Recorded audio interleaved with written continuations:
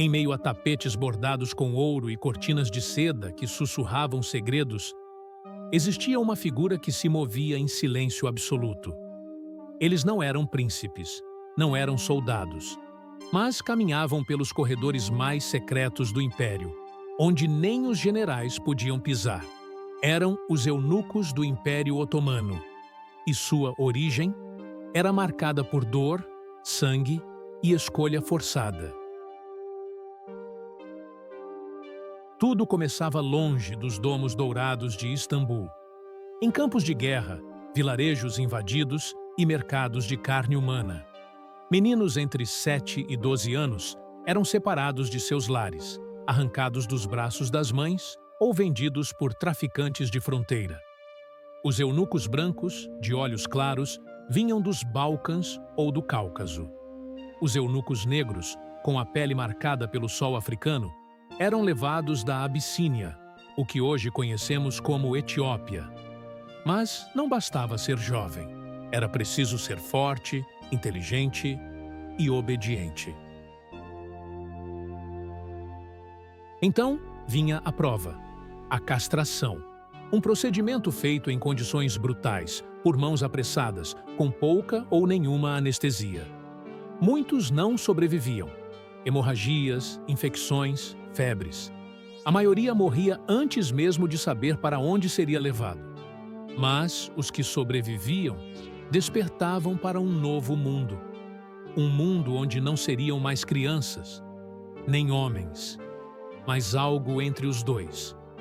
Algo moldado para servir. Eram levados ao coração do império, o Palácio Topkapi, um labirinto de mármore, ouro e silêncio.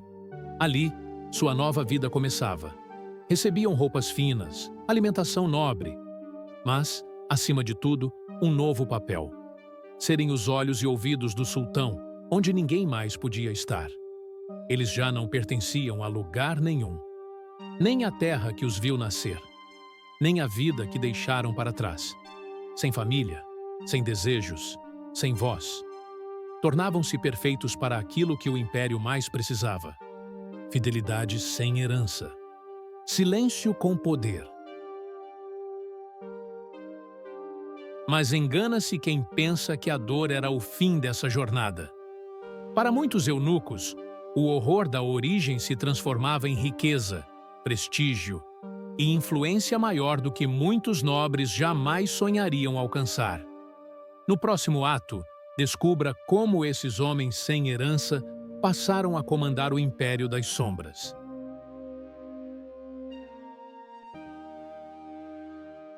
Ao cruzar os portões do Palácio Topkapi, o eunuco deixava de ser apenas um servo. Ele se tornava parte da engrenagem secreta que sustentava o império. Seu corpo havia sido mutilado, mas o mundo ao seu redor era adornado com seda, ouro e poder oculto. Dentro do palácio, os eunucos eram tratados como elite funcional.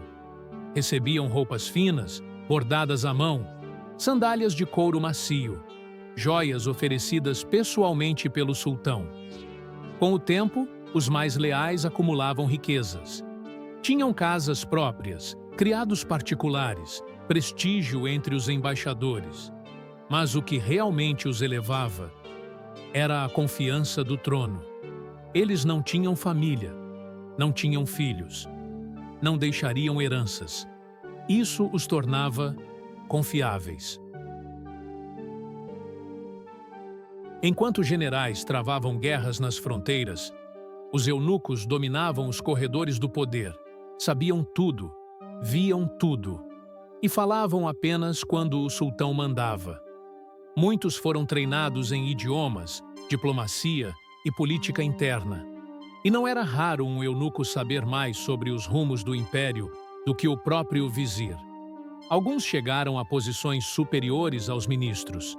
Comandavam departamentos, aconselhavam o próprio sultão em momentos críticos. Dentro da corte, eles eram temidos e respeitados em silêncio. Mas era no coração mais profundo do palácio que seu poder se revelava por completo. O lugar onde nenhum homem comum podia entrar. Onde nenhuma espada fazia mais estrago do que um sussurro. O harém imperial. Você acha que os eunucos foram vítimas ou estrategistas? Comenta aí sua visão. Quero ver o debate nos comentários.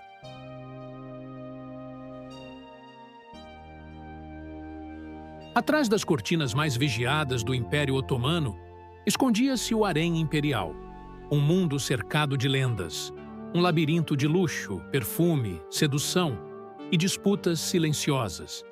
Ali viviam as esposas, concubinas, servas e princesas do sultão. Mulheres belas, poderosas, perigosas, mas todas, sem exceção, vigiadas pelos olhos frios dos eunucos. Os eunucos controlavam tudo: quem entrava, quem saía, o que se comia, o que se vestia e até quem teria a chance de compartilhar a cama imperial. Suas ordens não vinham das concubinas, vinham do trono, e por isso eram incontestáveis. Eles eram os intermediários entre o harém e o mundo exterior, os mensageiros da vontade do sultão, os olhos invisíveis da corte. Mas também eram muito mais do que vigias.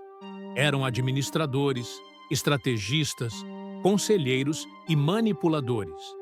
Quando uma mulher desejava se aproximar do sultão, era o eunuco quem decidia se o pedido avançava, ou se morria no silêncio de um corredor.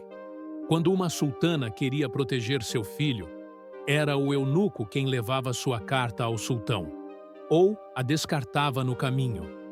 Em um ambiente onde o sexo definia alianças, eles, que haviam sido privados da sexualidade, controlavam o desejo alheio como generais controlam exércitos. Alguns eunucos tornaram-se braços direitos de poderosas consortes, ajudando-as a manipular o destino da dinastia. Outros atuaram como conselheiros privados de princesas, sendo os únicos homens em quem elas confiavam. Por trás de cada ascensão ou queda dentro do harém, havia sempre um eunuco.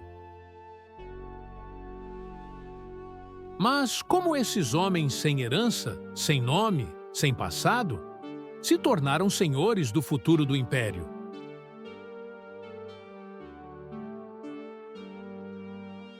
Não bastava obedecer. Um eunuco, para servir no coração do império, precisava entender o império. Seus corpos haviam sido moldados pela dor. Agora, suas mentes seriam treinadas pela disciplina. Dentro do palácio, havia escolas exclusivas, salas ocultas onde se ensinava mais do que letras. Ensinava-se estratégia, etiqueta, segredo e sobrevivência. Os eunucos aprendiam idiomas estrangeiros, como o francês, o árabe clássico e o grego. Estudavam geografia, teologia islâmica, diplomacia, história e, acima de tudo, os códigos invisíveis da corte. Cada gesto, cada silêncio, cada olhar do sultão. Tudo tinha significado. Tudo era política.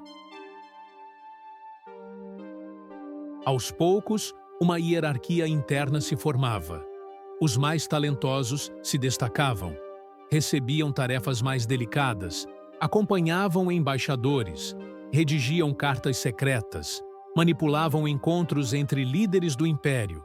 E no topo dessa pirâmide silenciosa estava o chefe dos eunucos do harém imperial, um título temido e respeitado.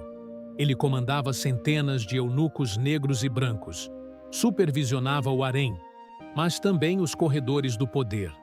Conversava diretamente com o sultão e, em muitos casos, decidia quem o sultão iria ouvir. Ele não carregava a espada, mas sua palavra podia cortar mais fundo do que aço. Era o guardião dos segredos, o filtro da corte, e, às vezes, o arquiteto das decisões mais importantes do império. Alguns nomes sobreviveram à poeira dos séculos, como Beshir Aga, que governou o harém com tanta astúcia que tornou-se quase intocável, ou Kislar Aga, cujo título significava literalmente o Senhor das Mulheres, mesmo sendo castrado e sem herança. Eles foram mais do que servos. Foram símbolos de um poder sem rosto e de uma fidelidade sem escolha. Mas nenhum império dura para sempre. No próximo e penúltimo ato, descubra como o mundo dos eunucos começou a ruir. Não por traição ou guerra, mas pela chegada de um novo inimigo, a modernidade.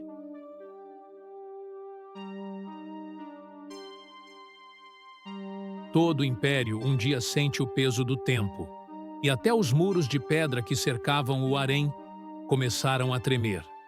No século XIX, o Império Otomano enfrentava um inimigo mais insidioso do que os cruzados ou os safávidas. Um inimigo invisível, chamado modernidade. Em 1839, começava uma série de reformas profundas, o Tanzimat, um esforço para alinhar o império às potências europeias. Códigos civis, liberdade religiosa, escolas ocidentais e, aos poucos, os antigos costumes começaram a ruir. O harém, que por séculos fora o símbolo máximo do poder íntimo do sultão, passou a ser questionado. A figura do eunuco, outrora essencial, agora era vista como um eco de tempos arcaicos. As mulheres do harém começaram a ganhar mais liberdade. A corte passou a ser exposta à imprensa. O tráfico de escravos, que alimentava o sistema dos eunucos, foi combatido com mais força. E então, em 1909, veio o golpe final. O sultão Mehmed Finti decretou o fim oficial do harém imperial. Portas foram seladas, quartos esvaziados, corredores, antes cheios de sussurros, agora ecoavam com silêncio real. Os últimos eunucos ainda em serviço perderam sua função. Alguns foram aposentados com honras, outros esquecidos. E em 1923, com o fim oficial do Império Otomano após a Primeira Guerra Mundial, o Império desapareceu. E com ele, a profissão mais silenciosa, fiel e paradoxal da história. Os eunucos não deixaram herdeiros, nem estátuas, nem túmulos notáveis, mas deixaram um legado invisível, impresso nas decisões que nunca foram assinadas, nas guerras que nunca começaram e nos reis que nunca dormiram sem seu aval.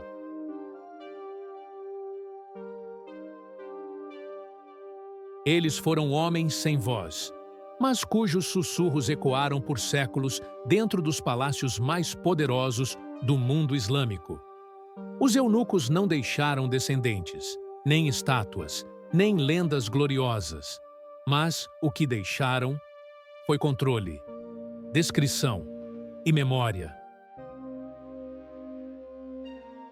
Em uma sociedade construída sobre linhagens, guerras e virilidade, eles eram a exceção suprema.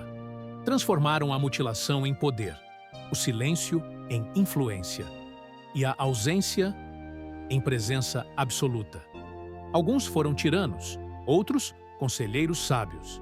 A maioria, sombras que andavam entre tronos, concubinas e conspirações. Seu nome, muitas vezes esquecido. Seu rosto, raramente registrado. Mas seu papel ainda é estudado hoje por historiadores que tentam entender como um império pode ter sido governado. Por aqueles que nunca puderam governar a si mesmos. Foram escravos que controlavam rainhas, homens que perderam a masculinidade, mas carregavam a chave do harém. Servos sem herança, que moldaram o destino de dinastias. E talvez seja essa a maior ironia. No mundo onde tudo se mediu por conquistas, espadas e filhos, os eunucos venceram pelo que não tinham. Um império acabou. Palácios ruíram. Mas os corredores do poder ainda sussurram o nome deles, mesmo que ninguém mais o diga em voz alta.